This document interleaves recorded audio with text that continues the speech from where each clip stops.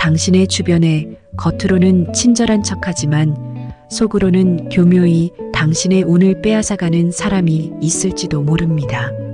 여러분은 그들의 미소에 속아왔고 그들의 달콤한 말에 안심해 왔을지 모릅니다. 하지만 이제는 알아야 합니다. 그들이 나에게 다가오는 이유는 나의 진심이 아닌 나의 성공, 나의 기회, 나의 운 때문이라는 사실을 말입니다.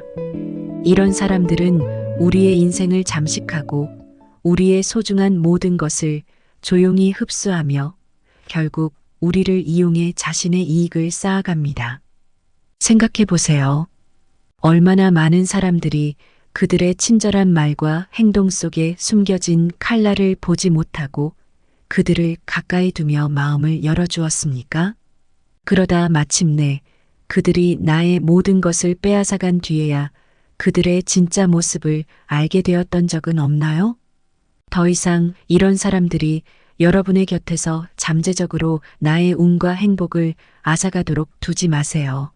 나의 좋은 운을 무너뜨리는 교활하고 악랄한 사람들의 7가지 특징을 낱낱이 밝혀드립니다. 이들을 빨리 파악하지 않으면 그들은 끝없이 여러분의 운을 흡수해 자신만을 위해 사용할 것입니다.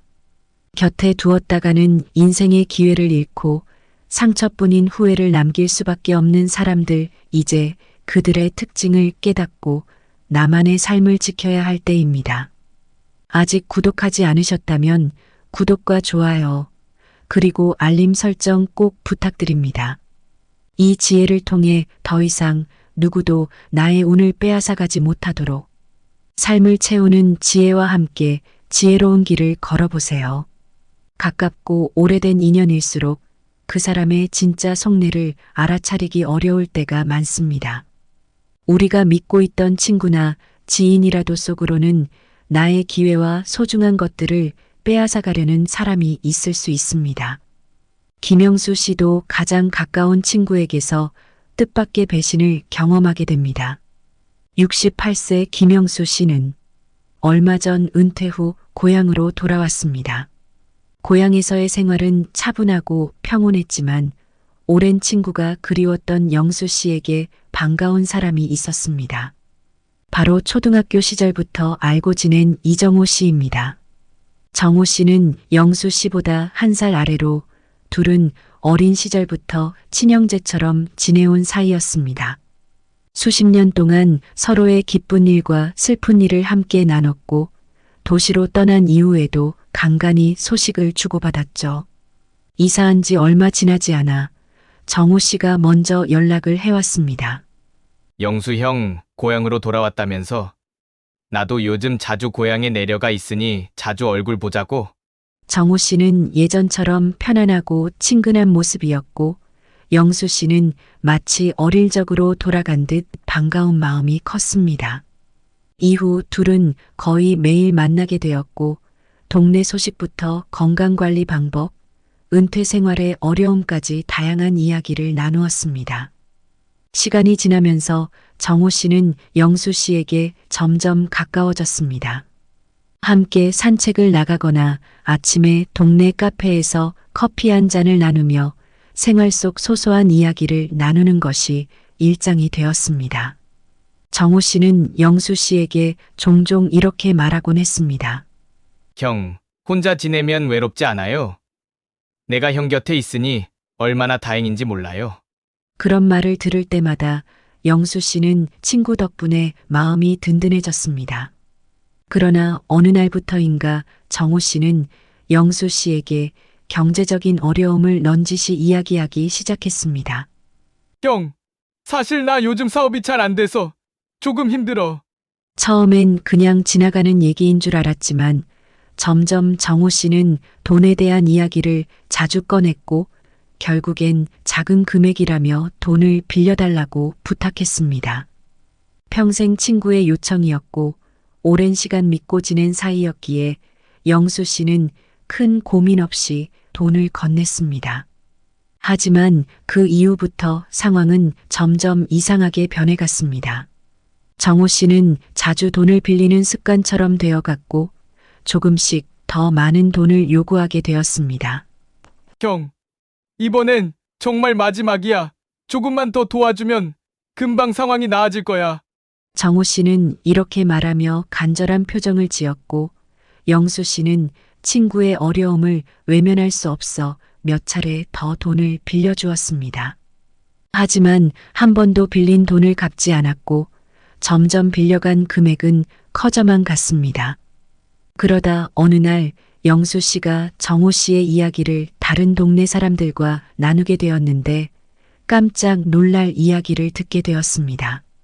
정호 씨가 예전에도 다른 사람들에게 비슷한 방식으로 돈을 빌리다 갚지 않았다는 소문이었습니다.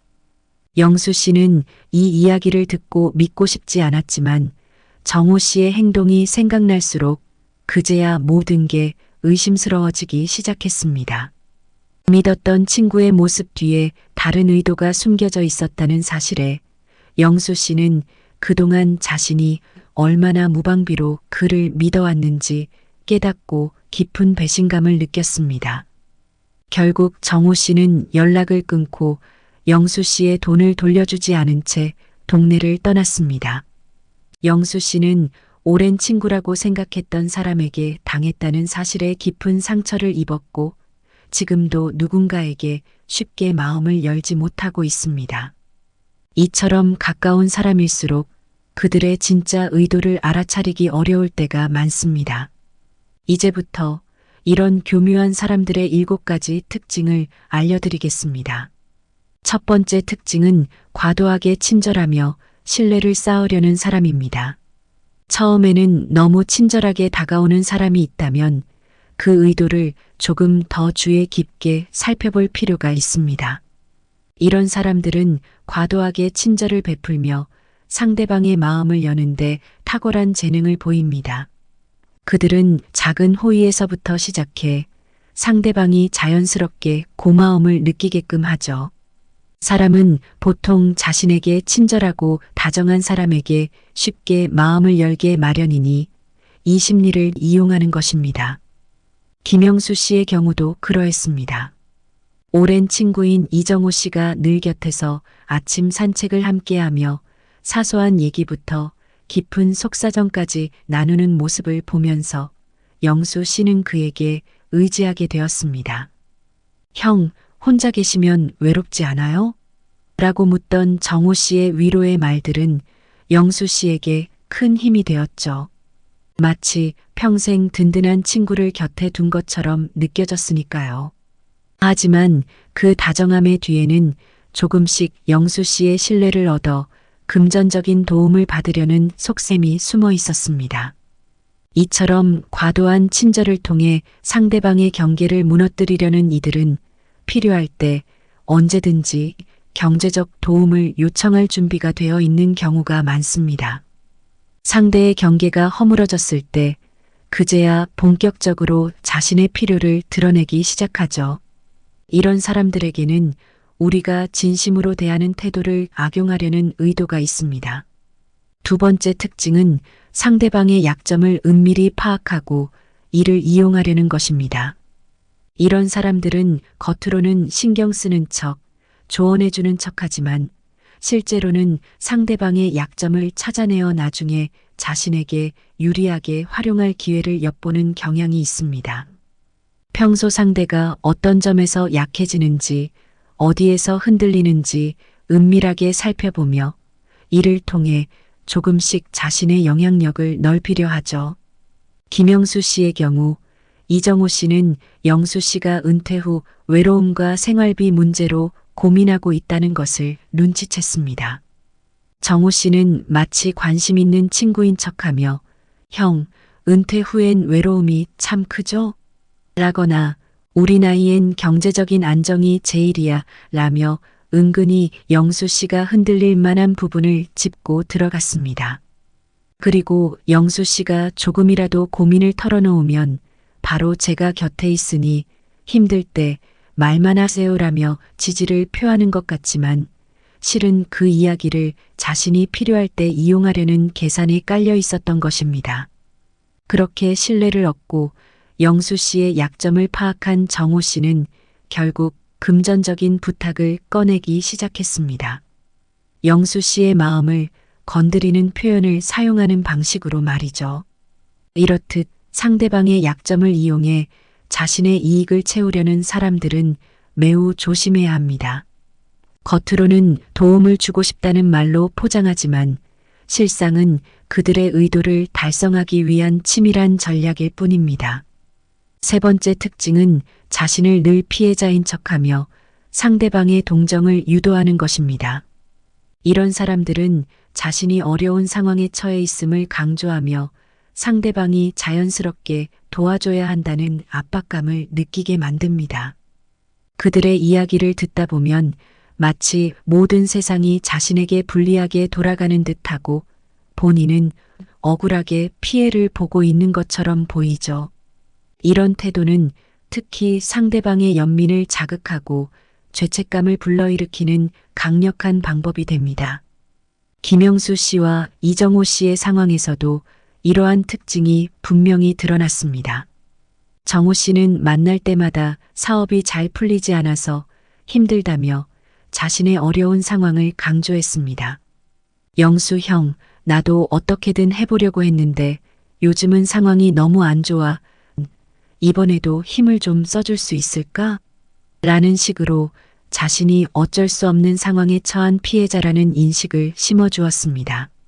이렇게 되면 영수 씨는 계속해서 정호 씨를 돕지 않으면 안 될 것 같은 부담을 느끼게 됩니다. 피해자인 척하는 사람들은 자신의 어려운 상황을 반복적으로 설명하면서 상대방이 도와주지 않으면 자신에게 더 큰 문제가 생길 것처럼 과장하기도 합니다. 이를 통해 상대방이 스스로 선택한 것이 아니라 마치 도와주는 것이 의무인 양 느끼도록 압박을 가합니다.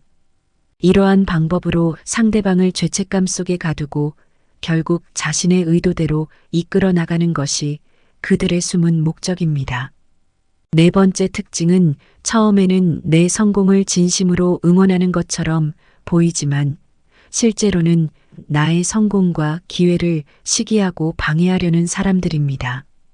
이런 사람들은 겉으로는 축하와 격려의 말을 건네지만 속으로는 내가 더 잘 되는 것을 못마땅해 합니다. 종종 교묘하게 부정적인 말이나 의심을 심어주며 나의 결정을 흔들어 놓기도 하죠. 그들은 내가 성공하지 못하도록 은근히 방해하며 때로는 내가 포기하도록 이끄는 전략을 쓰기도 합니다. 김영수 씨가 오랜만에 자신만의 작은 사업을 시작하고자 결심했을 때 정호 씨는 처음엔 영수 형, 정말 잘 될 것 같아. 형이라면 무조건 성공할 거야 라며 응원하는 듯 행동했습니다. 하지만 시간이 지나며 정호 씨는 점점 부정적인 말을 던지기 시작했습니다. 근데 요즘 경제가 안 좋잖아. 형, 이게 지금 시도해볼 타이밍이 맞을까? 같은 식으로 영수 씨의 의욕을 꺾는 방향으로 말을 바꾸었습니다. 이런 태도는 영수 씨가 사업에 대한 자신감을 잃게 만들었고 결국엔 결심을 주저하게 만드는 데 성공했습니다. 정호 씨는 영수 씨의 성공이 두렵고 자신보다 나은 위치에 서는 것을 꺼려했기 때문에 은근히 방해하며 그를 주저하게 만든 것입니다. 이런 사람들은 진심으로 응원하는 척하지만 속마음은 그렇지 않다는 점에서 매우 교묘합니다. 그들의 부정적인 말과 반응은 결국 상대방의 꿈을 꺾고 기회를 빼앗기 위한 숨은 의도일 수 있으니 주의해야 합니다. 다섯 번째 특징은 자신이 필요할 때만 조건부로 도움을 주며 마치 큰 호의를 베푸는 것처럼 행동하는 사람들입니다. 이들은 상대방이 어려움에 처했을 때 진심으로 돕고 싶은 마음에서가 아니라 나중에 자신이 원하는 대가를 얻기 위해 조건부 도움을 주는 경우가 많습니다. 그 도움은 언젠가 상대방에게 갚아야 할 빚처럼 느껴지도록 계산된 것이죠. 김영수 씨도 이정호 씨에게서 이런 조건부 도움을 경험했습니다. 처음에 정호 씨는 영수 씨의 집안일을 도와주거나 가끔 장을 대신 봐주기도 했습니다. 영수 씨는 이런 도움을 받으면서 정호 씨가 정말 든든한 친구라고 생각했지만 얼마 지나지 않아 정호 씨의 진짜 속셈이 드러나기 시작했습니다. 어느 날 정호 씨는 형, 예전에 내가 형을 많이 도와줬잖아. 이번에 나도 좀 어려운데 도움을 줄 수 있겠어? 라며 금전적인 지원을 요청했습니다. 영수 씨는 순간적으로 당황했지만 그동안 받은 도움을 생각하며 거절하기 어려웠습니다. 이렇듯 조건부로 도움을 주는 사람들은 나중에 그 대가를 되돌려받으려는 속셈이 큽니다. 이러한 사람들은 우리가 그동안 받았던 작은 친절이 단순한 호의가 아닌 결국 자신을 위한 투자였음을 깨닫게 하죠. 6번째 특징은 자신의 성과나 능력을 과장하여 끊임없이 자랑하며 상대방이 열등감을 느끼도록 만드는 사람들입니다. 이런 사람들은 마치 자신이 모든 것을 다 이룬 것처럼 이야기하며 상대방이 자신과 비교하여 부족하다고 느끼게 만드는 전략을 사용합니다. 결국 이 과정에서 상대방은 자존감을 잃고 스스로를 그 사람보다 낮게 평가하게 됩니다. 이러한 심리적 위축은 결국 그들에게 의존하도록 만들고 그들의 영향력 안에 들어가게 만드는 도구가 되죠. 김영수 씨의 경우에도 정호 씨는 처음에는 영수 씨의 조언자처럼 행동했습니다. 형, 내 사업이 이렇게 잘 될 줄은 나도 몰랐어. 이 지역에서는 나만큼 성공한 사람이 거의 없지라며 자신의 성취를 자주 이야기했고 영수 씨는 친구가 자랑스러우면서도 묘하게 자존심이 상하는 기분을 느꼈습니다.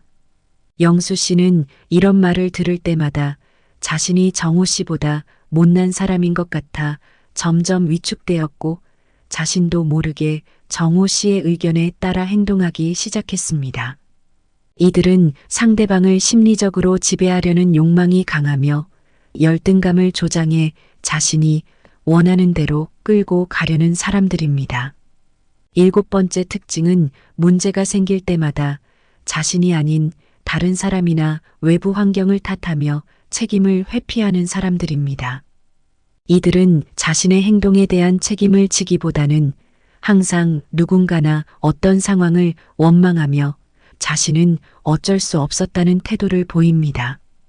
이런 사람들은 문제가 발생했을 때 자신은 늘 피해자라고 주장하면서 주위 사람들을 죄책감에 빠뜨리거나 자신을 돕지 않으면 더 큰 일이 생길 것처럼 불안감을 조성하는 경우가 많습니다. 김영수 씨와 이정호 씨의 관계에서도 이러한 특징이 분명히 드러났습니다. 정호 씨는 사업이 어렵다며 영수 씨에게 금전적인 도움을 요청했지만 항상 이유를 외부에서 찾았습니다. 정부 규제가 심해져서 사업을 키우기 어렵네와 같은 말을 반복하며 마치 자신은 상황에 의해 피해를 보고 있는 듯한 모습을 보였습니다. 영수 씨는 처음에는 그 말을 믿고 동정심에 도왔지만 시간이 지날수록 정호 씨가 스스로 문제를 해결하려는 노력 없이 끊임없이 남 탓만 하는 모습을 보며 이상함을 느끼기 시작했습니다. 책임을 회피하고 외부 탓을 하는 사람들은 언제나 자신을 피해자로 만들면서 상대방에게 계속해서 도움을 요청하게 됩니다. 결국 이런 사람들과 가까이 있다 보면 자신도 모르게 그들의 어려움에 대해 책임감을 느끼고 계속해서 도와줘야 한다는 압박을 받게 됩니다.